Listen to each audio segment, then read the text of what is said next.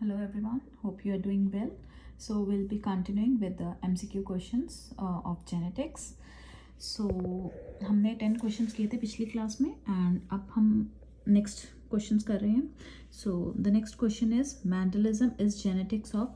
So main जो Mendel ने study किया है जिसे फादर ऑफ जेनेटिक्स कहते हैं ग्रेगर जॉन मेंडल, उसने किसके ऊपर स्टडी किया? मेन हैप्लॉइड्स के ऊपर, प्रोकैरियोट्स के ऊपर, डिप्लॉइड्स या all of the above. So the right answer is Mendelism is the study of डिप्लॉइड्स.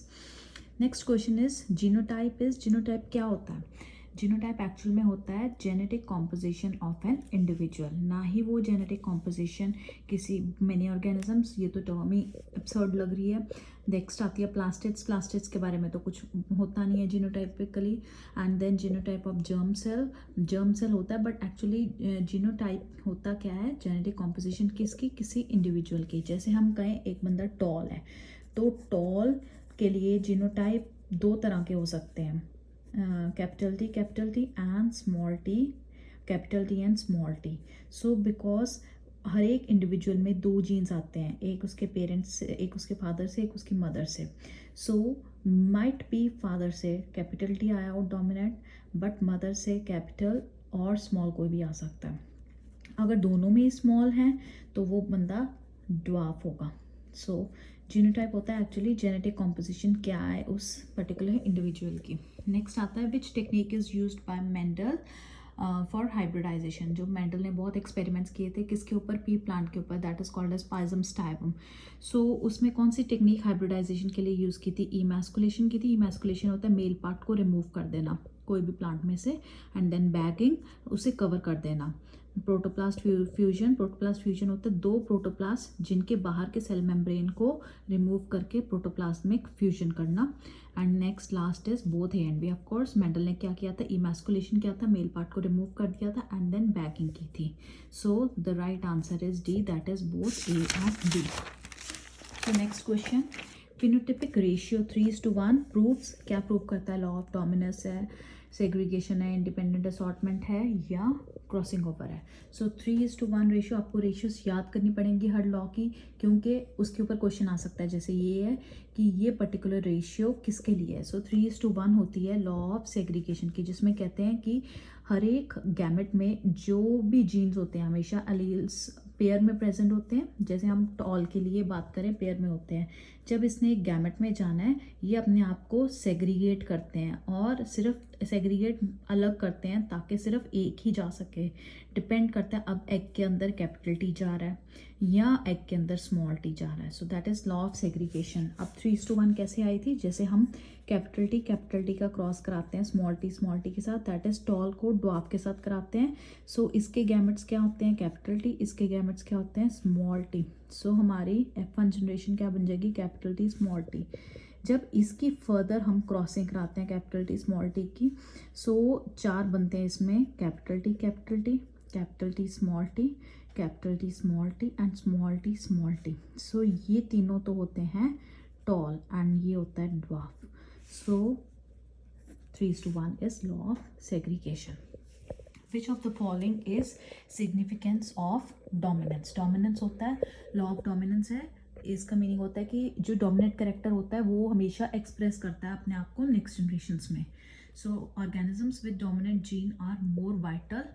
Harmful mutations are not expressed due to dominant gene. Heterosis is due to dominant gene. All of the above. So main significance मतलब importance क्या है? जो ये dominance होता है, dominance इसलिए होता है ताकि जो harmful mutations है वो ना express कर सके dominant gene के होते हुए, क्योंकि जो भी harmful mutations होती है वो हमेशा recessive form में होती हैं.